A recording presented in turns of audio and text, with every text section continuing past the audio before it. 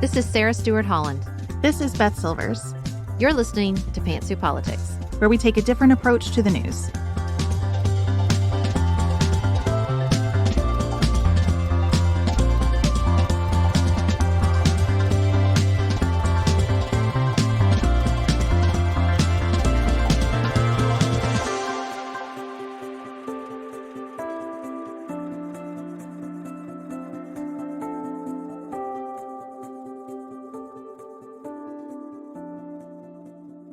Hello, thank you for joining us for a special episode of Pantsuit Politics. We are currently on our summer break, but we are disrupting that break, coming to you from Japan and London, respectively, so that we could discuss the horrific attempted assassination of former president and current presidential candidate Donald Trump.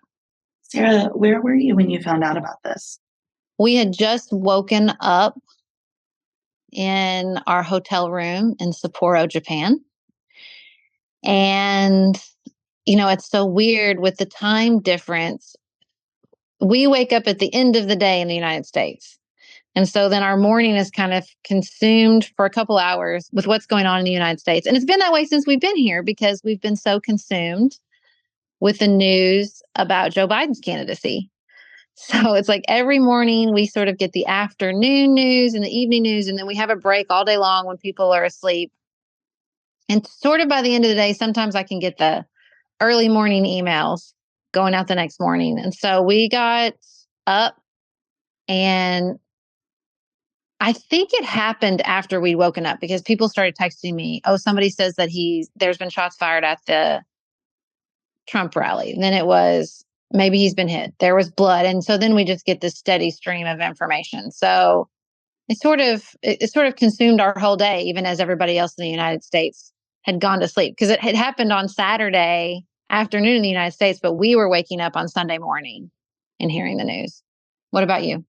We had gotten on a flight to Boston Saturday in the late afternoon. And when we landed, I was still consumed in the cozy mystery I was reading on the plane. And Chad looked at me and said, Trump's been shot. And I said, you've got to be kidding. And so he passes me his phone, and then I get my phone hooked up. And so the whole time we were at the Boston airport waiting for our flight to London, I'm texting with you, I'm texting with friends, I'm watching what's going on and trying to get a handle on things. And then we flew overnight, obviously, from Boston to London and got here around 10 in the morning. And so most of yesterday for us was like, get from the airport to the city, get our bags checked, that kind of thing. It wasn't until we really sat down for lunch and there's this giant screen at the BBC just constantly, it was this Trump coverage the whole time. And that's when it sort of sunk in for me for the first time. We are hearing reports that shots have been fired at this President Trump rally. Now, this is taking place in Pennsylvania. We understand that the former president has just been bundled into one of those cars. Of course, all former presidents have a massive Secret Service detail with them at all times. You can see there lots of...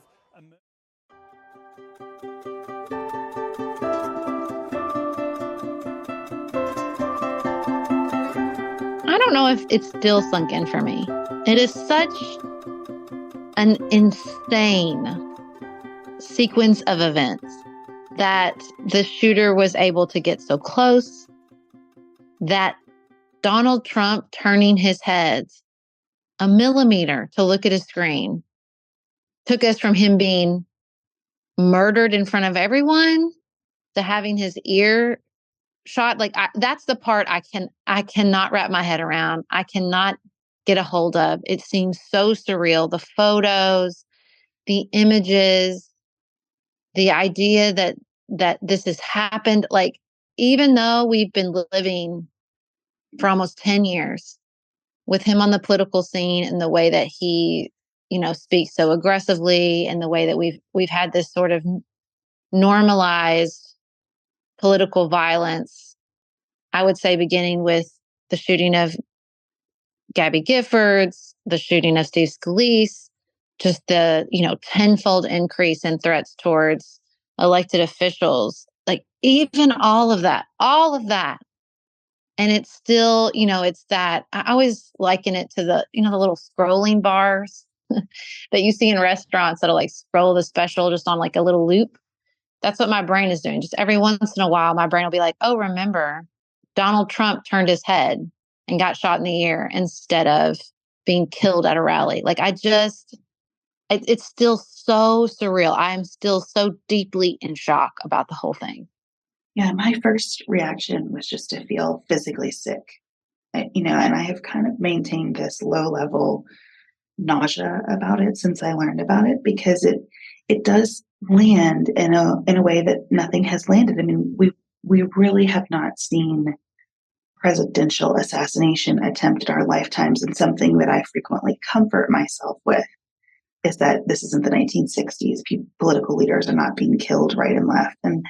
And then when I put the context together, I realized, like, well, Gretchen Whitmer might have something to say about that. Gabby Giffords, Steve Scalise, there has been a lot of violence. I guess it's all been isolated enough that I have felt free to compartmentalize it. This does feel like such an escalation and leave me wondering, like, is it safe to go to the Democratic National Convention when we get back? Is it safe for them to have the Republican National Convention this week? Even though all indications so far are that this shooter acted alone, it doesn't feel like things like this ever happen alone. Well, I think one of the big differences, and I think that's why you hear so much conversation, is this is an assassination attempt. This is political violence in the presence of the Secret Service, which I think all of us have an enormous amount of trust for, or we did maybe for yesterday. I don't have any conscious memory of the attempted assassination of Ronald Reagan so long ago. And the last time we saw any sort of breach of this institution, these men and women who we believe protect the highest office holders, right? So, like, I think that's part of it. I think part of it is this idea that this happened with the Secret Service on the scene. But this also reminds me of January 6th, where when I lived in DC, we would say, oh, nothing will happen to the Capitol, because you have the overlapping of the Capitol Police and the DC Police and often the Secret Service. And so I think we, rightfully so, have a lot of trust in these professionals, but they're still human beings. But I think because it's been so long, in particular, the Secret Service has sort of taken on this almost mythic position. And so to have it be breached, that's why you immediately get so many conspiracy theories, because I think we tell ourselves that nobody gets past the Secret Service, that's not possible anymore. But clearly that's not true. Yeah, I still have enormous respect for the Secret Service. The one conversation with my kids I've really had about this, because we kept seeing the images during lunch, was that look at how it's the job of these people to put their bodies between danger and Donald Trump. And that's because of how special the office of the president is. That's because of how much we value elections and the ability of anybody to run. And they don't get to think about their families right now. They only have to think about this person in the office. He's seeking. And, when you talk to your kids about something like that, it just, I think, resonates in a new way for you. Mm-hmm. And so we'll find out what happened. I know congressional Republicans are already demanding investigations. I know President Biden has asked for an independent review here. I'm sure that, we'll learn more about how this was able to happen. But I'm kind of like you. I try to remember that no system is fail-safe when someone wishes to do enough harm. And, we do our best to prevent things, but someone intent on doing harm will find a way. Well, and I also don't want to, go any further with talking about the attempted assassination and the work of the Secret Service without, especially in reference to someone putting their body between someone they love in danger, without referencing the person who was killed at the rally. I saw a little bit of Governor Shapiro's press conference where he talked about this man. I believe he's a firefighter, and he was trying to protect his own family and was killed. I believe there were 2 other people injured. And so it was just a really terrifying scene and moment where this violence plays out not just in video, but in these images that we're seeing everywhere. Already iconic image of Trump with his fist raised as the Secret Service was pulling him off the stage. And of course, the image from the New York Times photographer of the bullet literally whizzing behind his head. It's so interesting in this time where video just consumes everything that it's two still photographs that seem to be perfectly capturing this terrifying thing that happened. I guess it's because of time and distance. I feel like I'm processing all of this behind everyone. Yeah. And it has bothered me to see reference after reference as I'm getting to see all of the analysis. Well, this is the iconic image, already iconic. I mean, this is going to be the defining image of the presidential race. I'm just kind of like, what are we doing?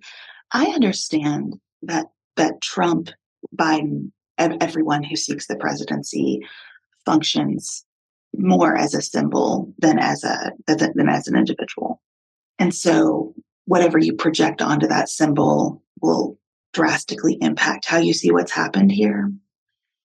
But when I'm just trying to get the facts, and almost every story I've read has said this now iconic image, I think, what are we doing, guys? I don't know. It has really felt strange to me.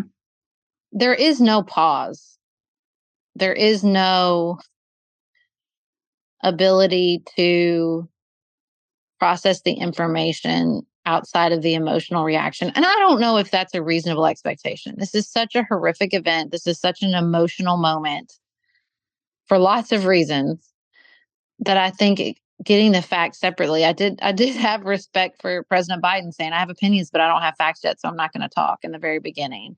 And there were, of course, people on Twitter saying, like, you don't have to tweet. You don't have to say anything. You don't have to react. Like, it's not necessary. We can just wait because the emotions on all sides of the emotional spectrum are going to be so intense. Social media just, it doesn't allow for any space. Even as I was thinking, I'm not going to post anything, I'd be lying if I said I wasn't checking to see what other people were posting. Because it's this desperate need to not be alone in the moment and try to process this by yourself. It's not a great trick of our brains, I think, that tell us like doing something is doing something, checking the internet is doing something, but it's really not. But it's just such a hard urge to resist, I think, in those scary moments where you can feel the winds shifting and you just don't know what it means yet. I don't know that we are going to know what it means for a long time because there's so much that's unknown still. And there's so many decisions to make. I think the other thing that's kind of bugged me in watching this from afar and behind is how much people are like, well, now this means this for the presidential race. This is going to be great for him. This is going to change the RNC. This is going to stop the push to replace President Biden on the ticket. I'm like, well, I don't know. I just need a minute to think through what has just happened. And you're right. It is totally understandable to collectively want to gather around after an event like this. I think another reason this has felt really hard to me is that we just had a mass shooting very, very close to my house, right across the street from one of my friends. And on the heels of that, in my neighborhood, two 71-year-olds are dead, and it's being investigated as a murder-suicide. And watching our community kind of deal with those two events together and then moving into the community being so much bigger around this incident has kind of helped me deal with the variety of ways people are coping here, but also made me kind of want to retreat just to my sort of friend groups to process it because it's so stark, like what the difference between something happening to ordinary citizens versus someone like Donald Trump. I think what's hard is like I couldn't even retreat to my own friend groups. Like I think there was like everywhere I went, there was some really, really intense, upsetting, frustrating reactions. Because what's impossibly hard about this is that you have violence against someone who has normalized violence. And that is such an incredibly difficult thing to sit with. I read Melania Trump's statement where she said, people don't see my husband, they see a political machine. And I thought, she's right. And then I thought, and he's partially responsible for that. I think that's what's so incredibly difficult is if you want to hold on to who you are, if you want to be a person who doesn't want violence, who doesn't believe in violence as a solution, then you're doing some really psychological, spiritual, emotional, philosophical work to hold that position when violence comes and knocks on the door of someone who has fomented it at every opportunity. It's so incredibly hard.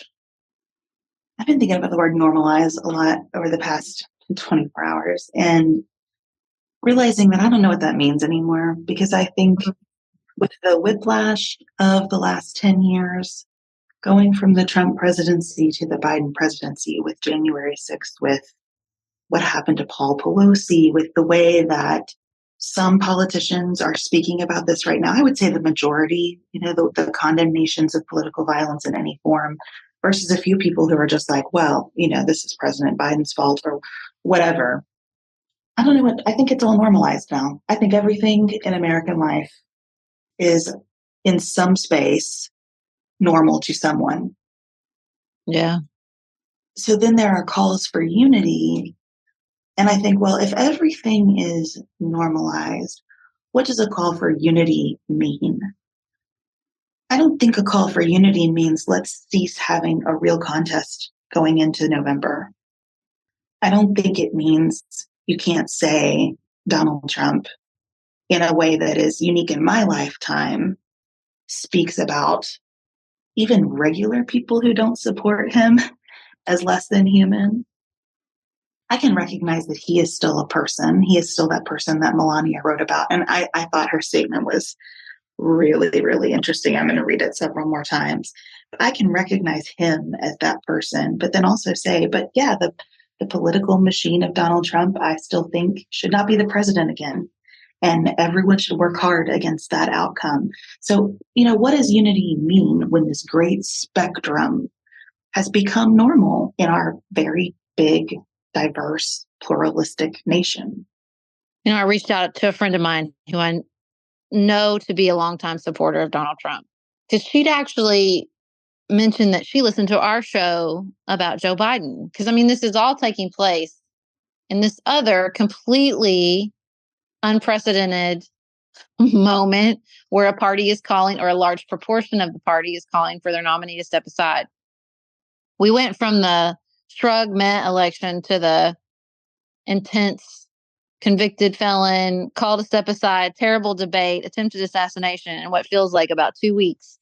And she had said, I listened to your show about Biden. I thought your criticism was really fair. So I reached out to her when this happened and said, hey, this was really scary. And I wanted to reach out to you and say, because you had reached out to me and say, I don't want terrible, awful political violence to happen to Donald Trump. And I'm glad he's okay. And, I hope that this will get our attention to a certain extent and we can start to have a contest of ideas again instead of identities. And, she kind of answered and she gave me this list of issues that it's such a fascinating list, some of which I didn't agree with, some of I did. She mentioned the child tax credit. I said, that's a great thing. I can absolutely agree with you on that. I would love to see the child tax credit come back. And I just said, I can't, one of the saddest things I read was a tweet that said, this shooter's 20. That means Donald Trump came down the escalator when he was 11. He only existed inside this current political environment. He didn't know any different. And I thought, I can't do this for another decade. I love our work here. But it's this is not working. The way we are talking to and about each other it's just, in particular, if you don't want Donald Trump to be president, because I don't. I don't want Donald Trump to be president again. I think his policies are abhorrent and harmful. But this idea that we are going to shame or force through power or political violence or whatever and like get on the same side, I can't see our way through this anymore. And I don't want to do it. I don't want to do this. They're monsters. They're terrible. The Republican Party wants to harm America. This is the most important election of our lifetime. Like, I just, how far does this need to go before we realize it's not working? Like, just, I guess, led by the Holy Spirit, I picked up Amanda Ripley's High Conflict, a book so many of you had recommended to me. And I read it on the flight here because I had 13 hours, so plenty of time. And it's an excellent book. It's an excellent, excellent book. I read it and I had Joe Biden in my mind as I read all these portions about you can't shame someone, you can't humiliate someone, you can't exclude someone into agreeing with you. It makes people double down. Like as I was watching Joe Biden do this in real time. But it's like, it's absolutely relevant to what we're talking about now. It feels like, she uses the example of this man who's a reformed gang member. And that's what this feels like. It feels like a gang war. Like, what are we doing? What are we doing? Even if the only thing you care about, if you think that Donald Trump is an existential threat to this country, is anything we're doing to get him out of office or to prevent him from winning this next election working, is excluding our family members, is shaming people on social media, is humiliating our rivals. Is it working? Because it doesn't feel like to me that it is. It just feels like everything, she talks a lot about when we're in these binaries, everybody the people who don't fit in the binary just step away because everything isn't a binary. And that's how we get to this point where we have election decided by people who don't pay attention because we force them into that position because they don't want to be either Donald Trump is a fascist or Democrats want to destroy America. They don't think either of those positions are correct. They don't reflect their reality. And so we're just in this like toxic mess to the point where we're watching an attempted assassination live on CNN and then swimming through your preferred conspiracy theory 5 minutes later on social media.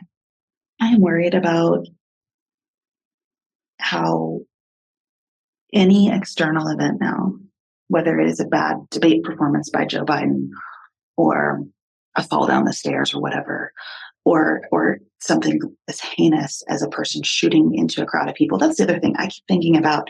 Someone shot from a roof into a crowd of people. Put everything else aside.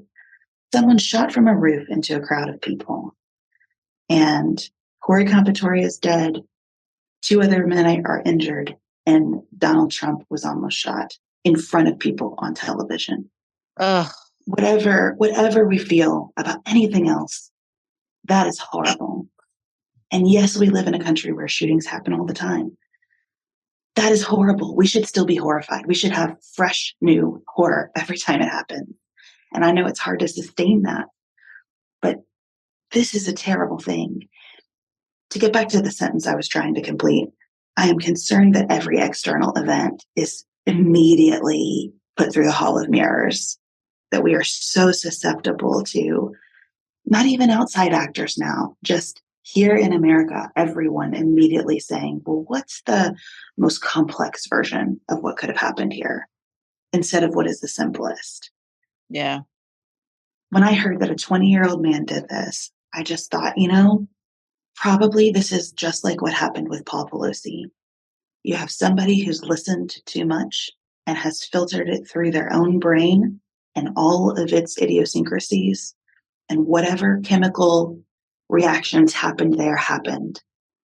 And this is the result. And it's so sad and so frustrating. And yes, we can talk policy in relation to it. How did he get this gun? Why did we have AR-15s so widely available?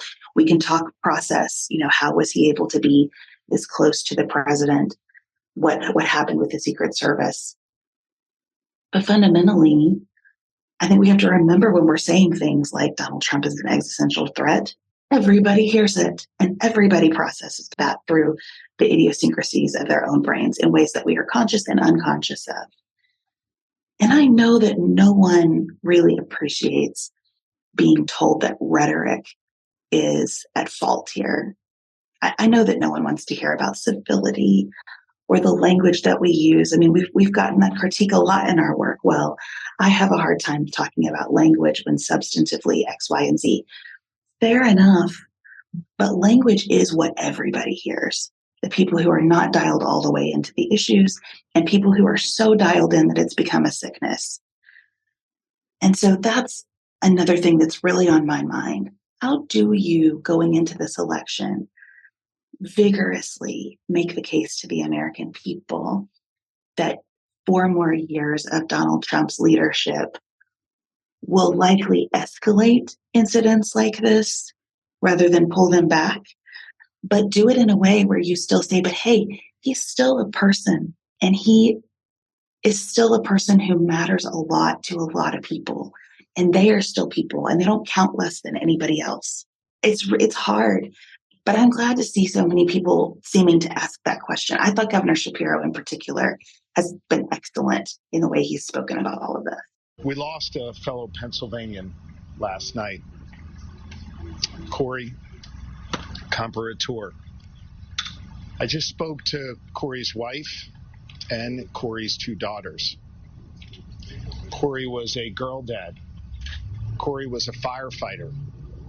Corey went to church every Sunday. Corey loved his community, and most especially, Corey loved his family. Corey was an avid supporter of the former president and was so excited to be there last night with him in the community. I asked Corey's wife if it would be okay for me to share that we spoke.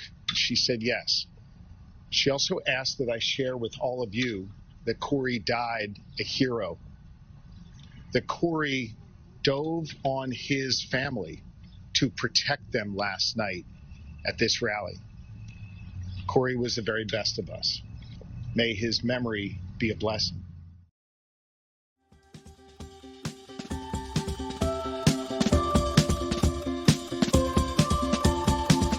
Yeah, I've really been struggling with this. I mean, I've been thinking about this for a while. I've been thinking that the approach to politics that is driven by, I'm a good and right and righteous person and you are a terrible person, again, is just not getting us the outcomes we want. I read a really great piece about liberalism, right? That for thousands of years, it was just, are you in the in group or are you in the out group? And violence will solve that problem, right? Be it the Reformation or all the land wars across Europe over religion. And then you get the Enlightenment where we say, no, we're going to have a contest of ideas. That's how we're going to solve things. Who has the better idea? And he was just talking about liberal democracies have a good track record. That it's not a perfect one. We haven't reached utopia, but there's a reason people like Putin at least fake an election, right? They pretend to have an election. You have very few monarchies left that he calls them, the only monarchies left are like little tourist attractions, because that's how powerful that idea is. The idea that we don't solve our problems through violence based on what group we're in. That's why you hear all these statements over and over and over again. We do not solve our problems through violence. We solve them at the ballot box. And I just think we've forgotten that this exercise at the ballot box is a game of persuasion, and you do not persuade people by shaming them. You do not persuade people by excluding them. You do not persuade people by calling them evil. I'm really, really worried about this martyrdom, this messianic language coming from Trump himself and the imagery that I'm seeing flooding Facebook is very, very concerning to me. But that's two sides of the same coin. He gets to be an angel if we call him a devil. That energy is related, like that push and pull.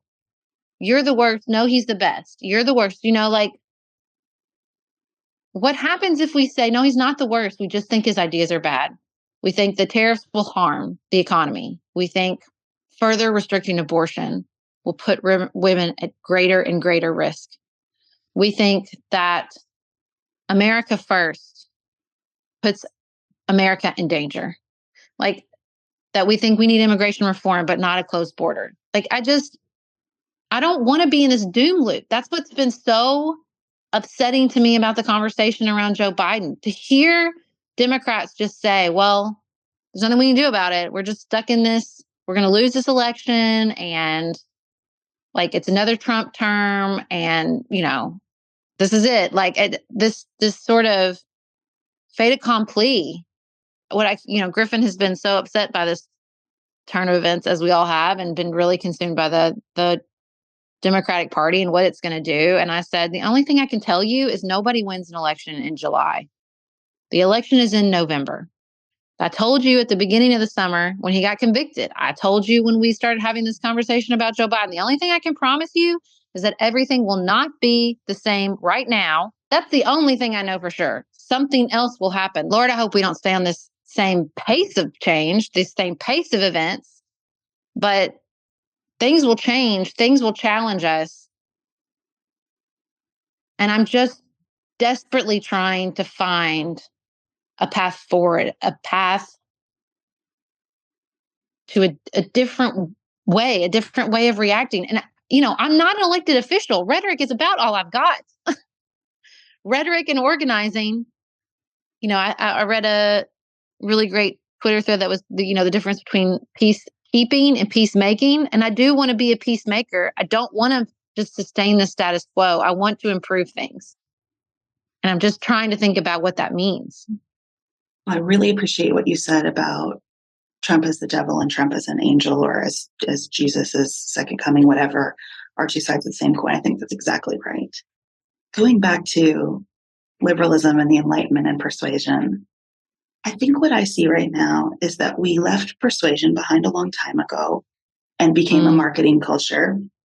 Yeah. And in the past few years, I think we've left being a marketing culture, and it has become mostly about the manipulation of current events. So a number of people, especially in Congress, are driving less and are reacting more.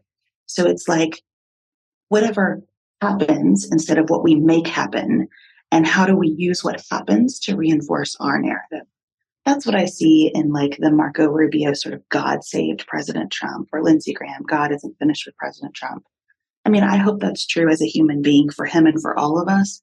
But politically, that's not political leadership, right? Yeah. That's manipulation of current events. Yeah. Political leadership is then saying what happens next. That's what's been really difficult in observing the conversation about President Biden. There is a lot of resignation. Well, it happened. It'll probably happen again. But what are we going to do? Well, that's not leadership. You're just looking to manipulate current events. And that's why it's so frustrating when President Biden goes out and does an okay interview or an okay press conference for people to say, see, he's doing exactly what he needs to be doing. Well, sure, but you're not contending with all of the facts, and you're not driving me anywhere. You're just trying to manipulate what happened today. Yep.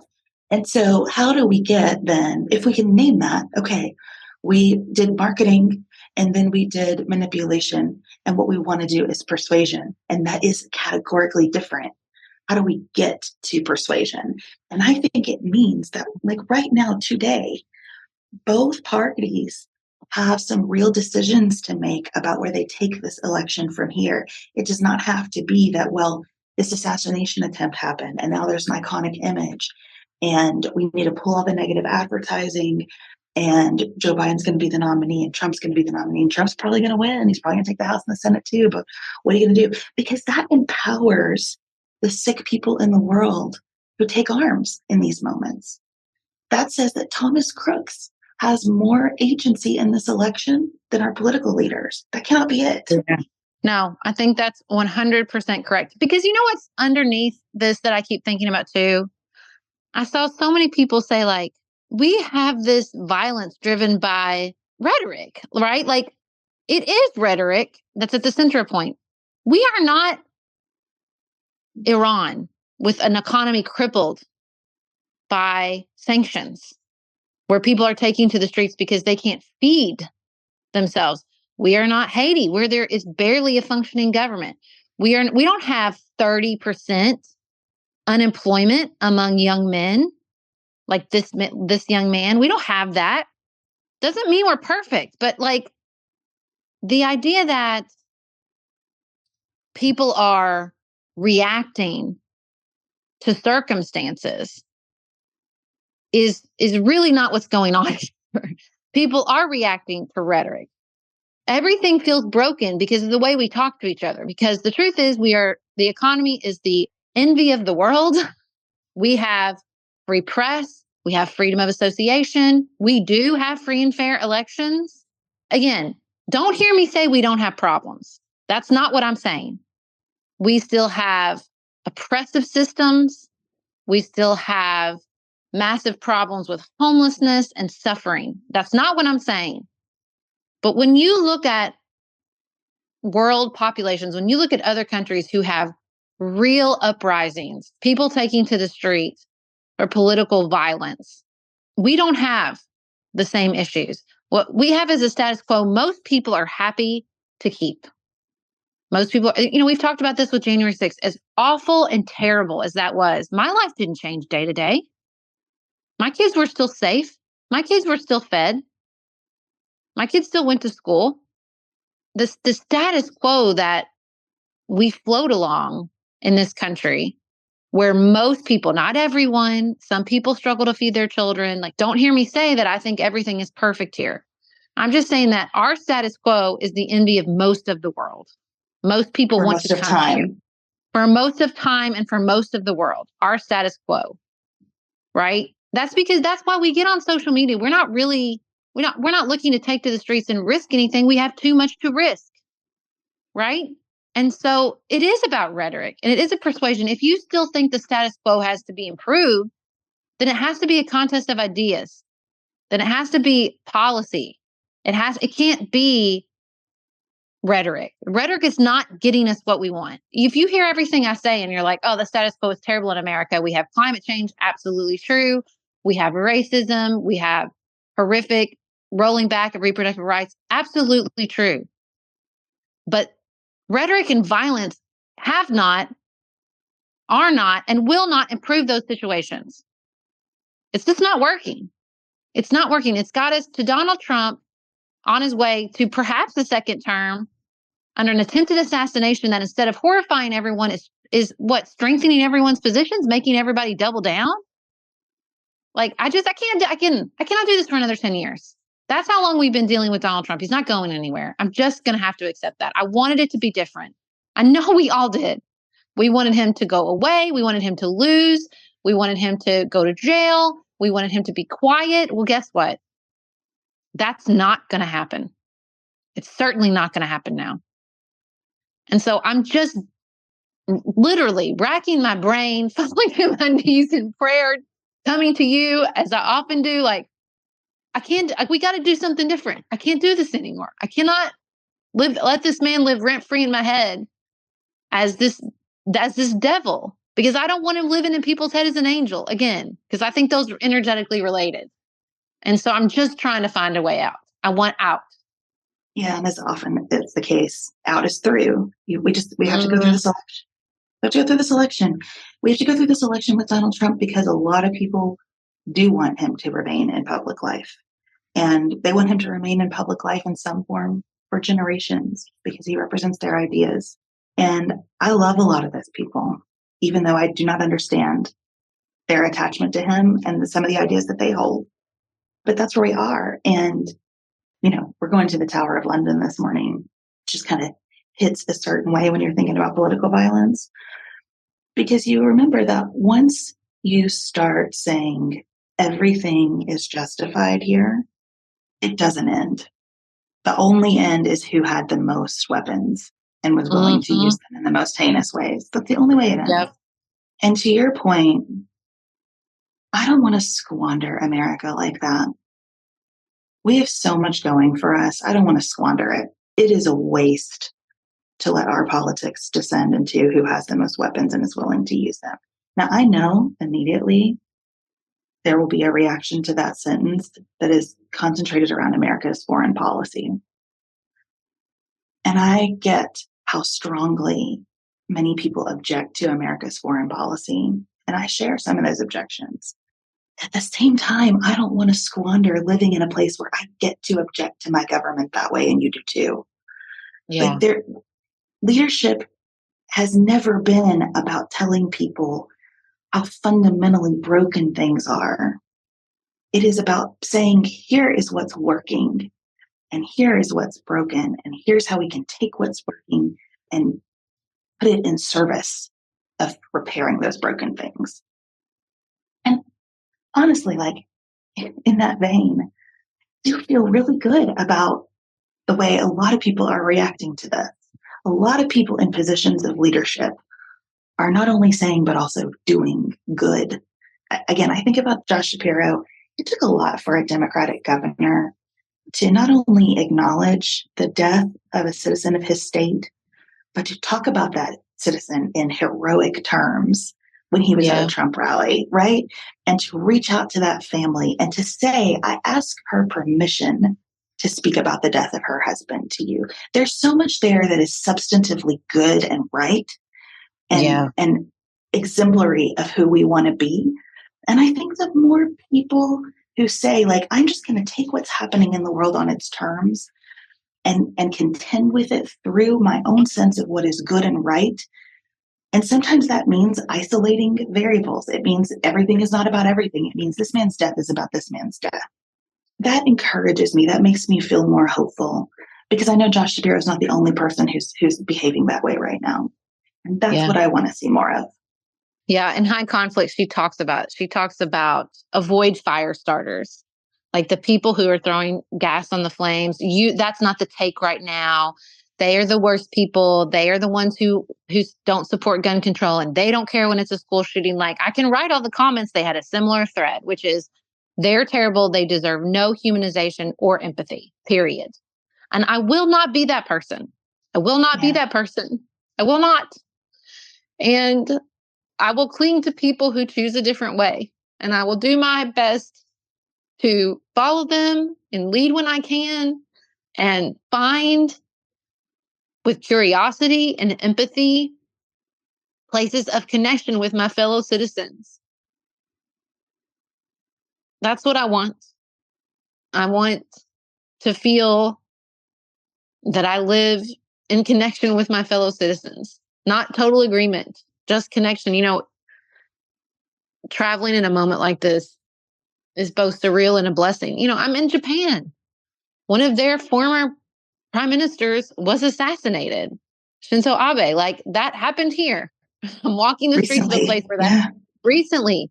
There's been a lot of attempted assassinations. That's the other thing I think often happens to us in the news event. Like it becomes all consuming. You can't see past your own history. You can't see to other experiences around the world. Like this has happened recently in other countries because they are also under the influence of social media, where it is easy to go on and say us, them, they're the worst, they're the risk, I'm the safe place, I'm the good person.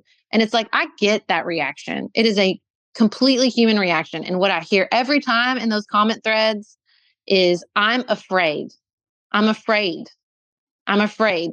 That's just, it's like this refrain, like it's just a river of fear and anxiety because the world is a chaotic place. It is a chaotic place where you turn your head to look at a screen and your ear gets shot instead of your brain. It's a chaotic place. It's a scary thing to remember and to be reminded how chaos reigns and how a simple thing can change everything.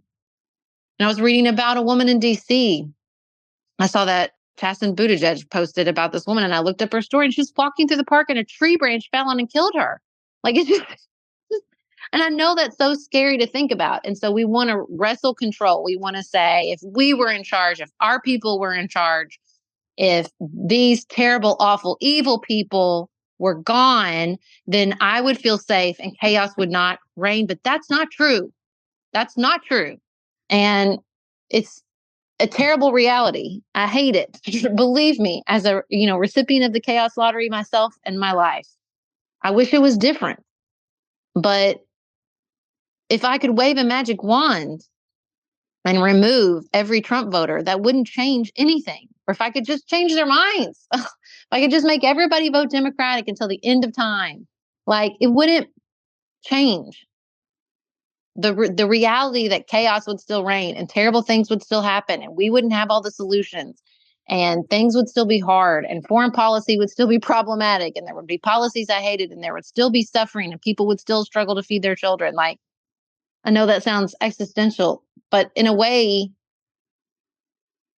it makes me feel, if not hopeful, at least like I'm standing on a steady foundation. I have to accept what I'm facing instead of trying to numb myself in a stream of self-righteousness that tells me there's something better out there if I could just get to it, if I could just get rid of some people or change some people's minds or win the Civil War, then everything would be better. But that's not how it works. That's not how it works. When we were in the airport bathroom yesterday, my 9-year-old Ellen saw one of the posters about human trafficking. And I think it's great that they have those in airports. I also did not wish to parent through that moment at the beginning of our vacation. And Ellen asked me about it. And you could tell that she also did not want to have like a deep conversation, but she was curious. And what do you say about human trafficking to a 9-year-old in the airport on the first day of vacation? So I said, Ellen, we can talk about this another time, but fundamentally, human trafficking is a thing that happens when one person decides they are more of a person than other people. Yeah. And that was good enough for her in the moment. And it's something that I kind of heard myself say, and then I keep rolling it around in my mind because I think that's the essence of a lot of what we talk about politically. Like most of our non-chaos lottery problems happen because one person thinks they're more of a person than other people. We will still have horrific, uncontrollable, chaotic events in our lives, no matter what we do. And what we do really matters because we can make those things easier to endure, or we can make them much harder. We can manipulate them to hurt other people, to take more of our personness over theirs, or we can use them as moments to sit back and say, wow, like we really are here just having human experiences together, trying to get through this. I hear myself say, let's talk about ideas, let's talk about policy. And I have also been alive for the last 10 years and realize how incredibly difficult that is to do when it comes to Donald Trump and JD Vance and Matt Gaetz and Marjorie Taylor Greene and Lauren Boebert. I can name the full cast of characters that make that feel completely impossible. And yet, I don't know another way. I don't want to go back. I don't want to go back to human history when we chose other ways to win. We were talking about this in our car, and Nicholas said, well, I'm just so tired of taking the high road. Why do we always have to be the ones to take the high road? And I'm like, well, yeah, isn't that always true? Doesn't it always feel like you're the only one taking the high road? That's sure what parenting feels like to me. It feels like I'm the only one ever taking the high road. So I guess that's what it's all. If you're taking the high road, you're going to feel that way, right? That's just built into the experience. If you're living by your values that say, I don't dehumanize, I don't treat people as less than, I'm not more human than another human, then it's always going to hurt. It's always going to hurt. It's always going to suck. It's always going to be painful. That's the entire point. That's the entire process. I think deciding that I'm not more of a person than anybody else means that as soon as I make that list of people who make it hard for me, I have to remember that someone just like me, probably in a bunch of respects, has their own list, including names of people who I really admire. Yeah. Like, that's just where we are. We see a lot of things really differently. And we are all hearing a swirl that reinforces the way we feel about that. And when we get out of that swirl that reinforces it, what we see from someone who on the other side is so dramatic, so overheated, that instead of persuading us, it just makes us want to go back to our swirl with even more conviction. And so, that's why, to me, like, I appreciate everyone who's using the phrase lower the temperature, even though so many people are that it almost feels cliche and overdone already. But I do think that's right.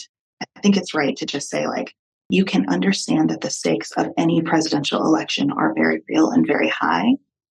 And at the same time, acknowledge we've done this before, we'll do it again, and we just keep going. When I've talked about the Supreme Court, I've tried not to have a posture of desperation coming out of this term, because while I disagree strongly with much of what the court did this term, I also watched them undo what has been done before, which tells me that it can be undone again. We can change our mind again. There's another day. There's going to be another court. Things will matter. And yes, there will be consequences in the meantime, and some of them will be awful. Even if we were doing exactly what we thought were right every time, there could be some awful consequences of it, though. Like, that's just the reality of not being omniscient and all-knowing people.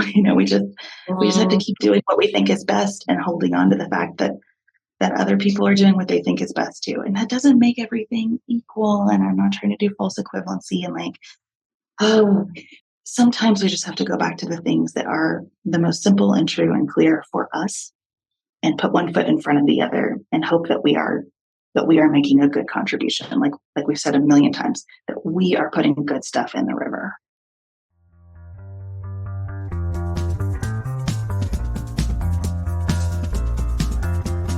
So where are you at with this election? And if he wins, it will be our last election. Because I think that's the problem, right? If you tell people, like, I want to have a contest of ideas, I want to be in the business of persuading my fellow citizens. Like, this is how we get to a point where it becomes, we can't do that because it's all or nothing. This is it. This is our last chance. The democracy is over if he wins again. There's no more United States. It's going to be a dictatorship. This complete escalation that I think is part of the reason that he is or was, at least before this event, was polling high, because I think it pushes people out of the conversation. It's just the people who do not feel who do not see him as either a angel or a devil, which I think is millions and millions of Americans, they peace out. They go, okay, forget it. I do not want Donald Trump to be the president. I think that if Donald Trump wins the election, he will attempt to seek office again if he is able to. Now, who knows what events intervene, but sitting here today, the best projection that I can make going forward is that I don't think Donald Trump will ever voluntarily relinquish power. And I think that means that our systems will get stress tested again, and we'll have to depend on a whole lot of people to do the right thing. And it will be harder for a whole lot of people to do the right thing, because I think he will surround himself with more people who are inclined to hold on to power with him than not. And yet I still believe that we will rise to the occasion. We will meet what happens. That's what I think. We will still have agency. There will still be another day. There will still be lots of individuals who surprise us by the good that they do. And there will be people who surprise us by the bad that they do.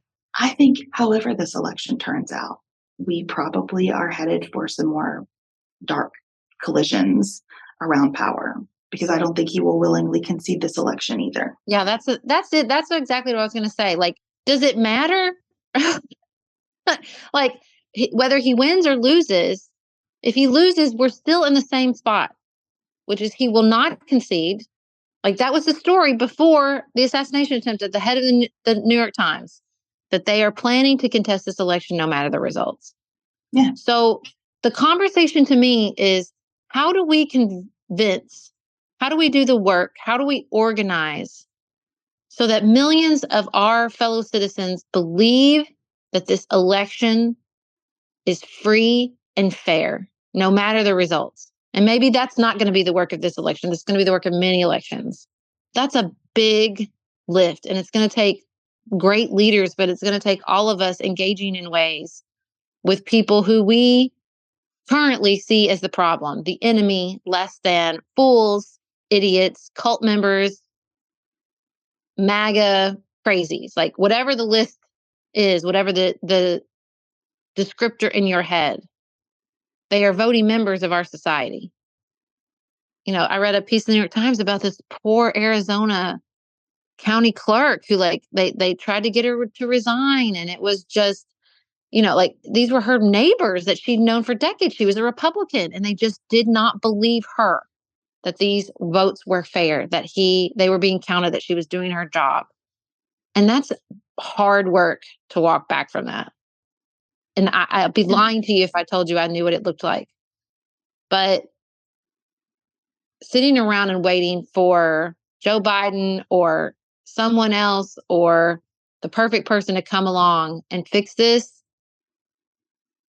is not working either. Like, we need leadership. We all need to step up. We need to listen to our fellow citizens. We need to be involved in organizations. We need to, you know, pull a Jamie Golden and go be an election worker. Like, it all has to be a part of this. Like, we have to engage instead of excluding each other. Well, and I just think we have to reject the idea that there is a universe where everything would be okay if everyone would just do what I think, because we're going to have a problem around this election no matter what happens. Even if Joe Biden is replaced as the Democratic candidate or not, that is the COVID of this election. That is the thing that Trump will be able to say has some conspiracy around it, right? If he's the candidate, Trump will be able to say, you're not even really voting for the person who's going to be the president. You don't even know who the hell that person is, right? Like, that's easy. And if Biden is replaced, then that will be the intervening thing. That like, there are some circumstances that are just hard calls, and they just are what they are. And yes, someone else will make something of them. And I think sometimes, like, the vitriol really is coming from that place of fear and an attempt to control for everything, and just like, oh my God, but it could just be this way. It couldn't just be that way.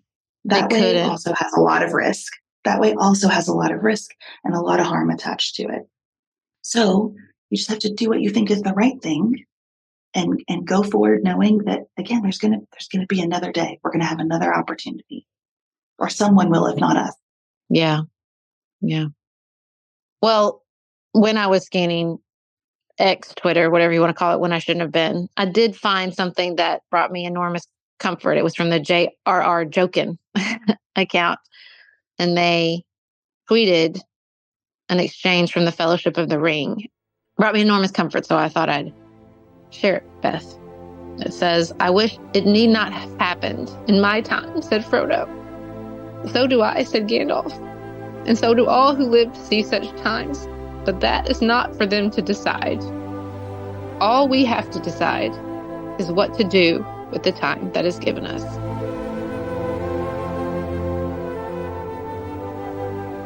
Thanks for being here with me, Beth, in this time. Thank you. Thanks to our families for tolerating us working while we're supposed to not be working. Thanks to you all for tolerating the sound quality from a London hotel bathroom. Appreciate it very much. Yes. Thank you to the internet for connecting us from Japan to London to join y'all. Thank you for being patient with all of this. Sometimes all we have is together. We'll have a new episode for you on Friday. And until then, keep it nuanced, y'all.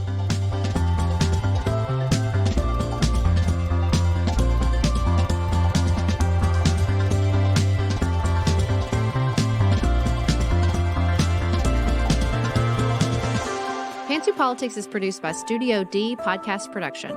Elise Knapp is our managing director. Maggie Penton is our director of community engagement. Xander Singh is the composer of our theme music with inspiration from original work by Dante Lima. Our show is listener supported. Special thanks to our executive producers: Martha Brunitsky, Allie Edwards, Janice Elliott, Sarah Greenup, Julie Haller, Tiffany Hassler, Emily Holiday, Katie Johnson, Emily Helen Olson, Barry Kaufman, Catherine Vollmer, Lori Ladow, Lily McClure, Linda Daniel, The Hutchins, Tracy Putoff, Sarah Ralph, Jeremy Sequoia, Katie Steigers, Karen True, Annika Uvaline, Nick and Elisa Valelli, Amy Whited, Lee Shea McDonough, Morgan McHugh, Jen Ross, Sabrina Drago, Becca Dorval, Christina Quartararo, Shannon Frawley, Jessica Whitehead, Samantha Chalmers, Crystal Kemp, Megan Hart, the Adair family, Jenny Francis, Leanna Pilgrim Larson, the Monene family, Jeff Davis, Melinda Johnston, Michelle Wood, Nicole Berkless, Paula Bremer, and Tim Miller.